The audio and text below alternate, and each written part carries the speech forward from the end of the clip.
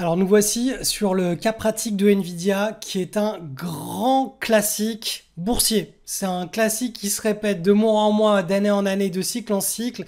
Il y a simplement le narratif qui change, mais la façon dont les petits porteurs et de manière générale les investisseurs du monde entier qui essaient de spéculer, la manière dont ils se font avoir, c'est en suivant ce schéma-là.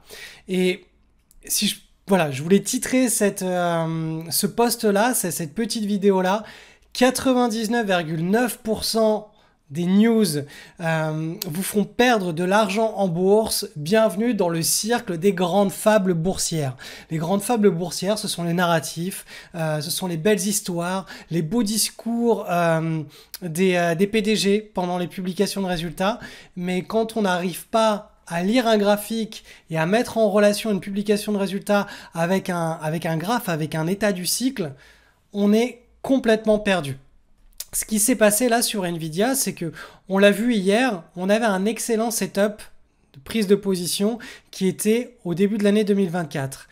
La publication des résultats qui a été absolument dévastatrice pour les petits porteurs, elle s'est faite en août 2024. En août 2024, on était au plus haut de l'euphorie du narratif sur l'intelligence artificielle. Le 31 juillet 2024, donc Nvidia publie un résultat financier qui est absolument historique. On a dans la même lancée Microsoft, AMD qui publient des résultats absolument hors du commun, et on est au paroxysme, au climax de cette euphorie. En clair, qu'est-ce qui s'est passé à ce moment-là quand ça a fait le buzz, quand tous les médias financiers ont titré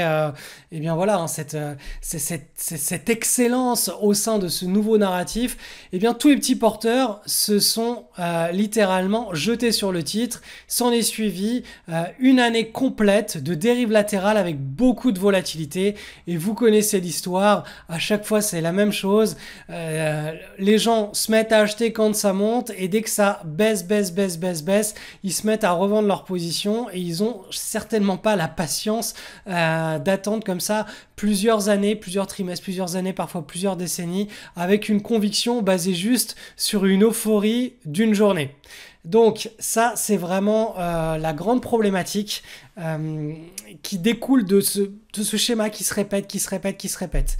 Et c'est pour ça que je voulais vous publier, donc ça va arriver juste en dessous de cette vidéo, dans le canal Telegram, comment on doit exploiter ce qu'on appelle le Post-Earning Announcement Drift. Donc tout simplement, quand est-ce qu'on doit utiliser les 0,01% de news qui sont capables de déclencher des mouvements comme là, des mouvements explosifs à la hausse. Et vous allez voir que le simple fait d'avoir une belle pattern graphique avec du momentum au préalable, avec une belle hausse au préalable, si on a ce genre de publication, mais au niveau du breakout sur une belle pattern, là, on est face à quelque chose de hors du commun. Et croyez-moi, ce genre de choses est extrêmement rare. C'est pour ça que je vous dis que 99,9% des news sont achetées à la poubelle, et qu'il y en a une infime minorité qui sont capables de déclencher des mouvements hors du commun. Et si en plus cette minorité est liée à une surprise au niveau de la publication, c'est-à-dire que les analystes s'attendaient à un niveau de profit ou à un niveau de chiffre d'affaires qui était défini là, et que l'entreprise publie quelque chose qui est bien supérieur, eh bien ça, en plus de la pattern graphique, ça amène à un cocktail absolument démentiel et explosif. Donc si vous voulez en savoir un petit peu plus là-dessus, lisez dans le canal Telegram juste en dessous de cette vidéo ce à quoi correspond un bon trade sur un Post-Earning Announcement Drift, qui est tout simplement un trade de news. En général, ça se produit sur une publication de résultats, mais ça peut être aussi un contrat ou une certaine news de type macroéconomique.